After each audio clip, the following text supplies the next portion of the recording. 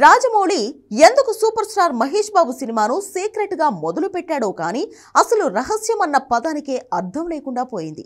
మొన్నటికి మొన్న hero look reveal అయింది. తర్వాత సినిమా సెట్లో వాటి వీడియోలు లీక్ అయ్యాయి. ఒడిశాలో అడుగుపెట్టినప్పటి నుంచి లీకులే షాకులిస్తున్నాయి. ఇక సండే రోజైతే ఏకంగా షూటింగ్ చేస్తున్న సీన్ మొత్తం సెల్ ఫోన్ పుణ్యమాని లీక్ అయిపోయింది. రాజమౌళి సైబర్ సెల్ ని అప్రోచ్ అయినా జరగాల్సిన డ్యామేజ్ జరిగిపోయింది. కట్ చేస్తే ఇదంతా రాజమౌళి అండ్ కో సినిమా మీద క్రేజ్ పెంచేందుకు చేస్తున్న చీప్ ట్రిక్స్ అని కొంతమంది ట్రోలింగ్ పెంచారు. అదే నిజమైతే రాజమౌళి అసలు ఈ సినిమాని ఎందుకు సీక్రెట్ గా లాంచ్ చేస్తాడు? అసలు రాజమౌళి పేరే పెద్ద బ్రాండ్ అయినప్పుడు పబ్లిసిటీ కోసం ఇదంతా చేయాల్సిన అవసరం తనకుందా? సో కామన్ సెన్స్ లెవెల్లోనే ట్రోలింగ్ కి మీనింగ్ లేదని అర్థమవుతుంది. ఇంతకీ ఈ లీకులకు ఎలా బ్రేకులు పడతాయి? మహేష్ బాబుకి ఇది ఎంతవరకు డ్యామేజ్ గా మారే అవకాశం ఉంది? Have a look.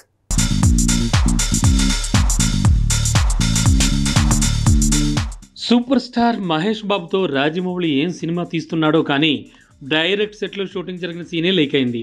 ఏదైనా సినిమా తీసి థియేటర్స్లో రిలీజ్ అయ్యాక పైరసీ అవ్వడం చూస్తాం, కానీ రాజమౌళి తీస్తున్న సినిమా సెట్లో ఉన్నప్పుడే పైరసీ అయినట్టుంది.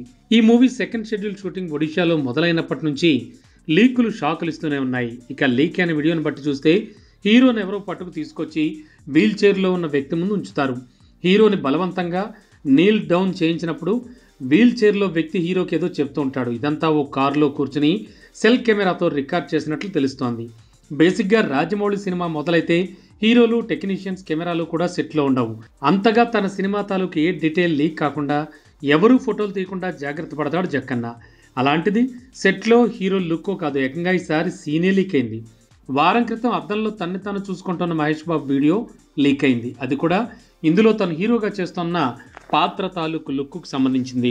ఇక నిన్న ఒడిశాలో ఈ మూవీ కోసం వేసిన సెట్స్ పిక్స్ వచ్చాయి, వీడియోలు కూడా వచ్చేసాయి. ఇప్పుడు ఏకంగా ఈ సినిమాలో హీరో లుక్కు, తనతో పాటు విలన్ వీల్ చైర్ లుక్కు, అలానే ఓ సీనే బయటకు వచ్చింది. అయితే రాజమౌళి టీం కావాలనే ఇలా ఓ సీన్ లీక్ చేయించి దేశం మొత్తం ఉలిక్కి పడేలా చేయాలనుకుంటోందని కొందరు ట్రోలింగ్ చేస్తున్నారు.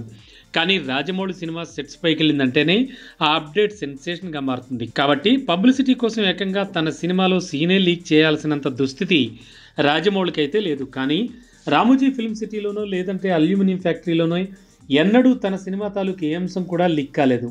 అనవసరంగా అవుట్డోర్ షూటింగ్ పెట్టుకున్నాడు. ఒడిశాలో హీరో, దర్శకుడు అడుగు పెట్టినప్పటి నుంచి సెట్ వేసే వరకు లీకులై జరుగుతూనే వచ్చి ఫైనల్గా ఓ సీనే లీక్ అయింది. ఈ డ్యామేజ్ కంట్రోల్ కోసం ఏకంగా 100 జామర్లను రంగంలోకి దింపుతున్నారట.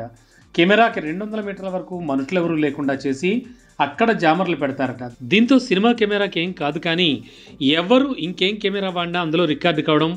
మరి లాంగ్ డిస్టెన్స్ నుంచి వీడియో తీస్తే ఏం చేస్తారు? ఇది ఈ న్యూస్ బయటకు వచ్చిన వెంటనే సోషల్ మీడియాలో ఎదురవుతోన్న డౌట్.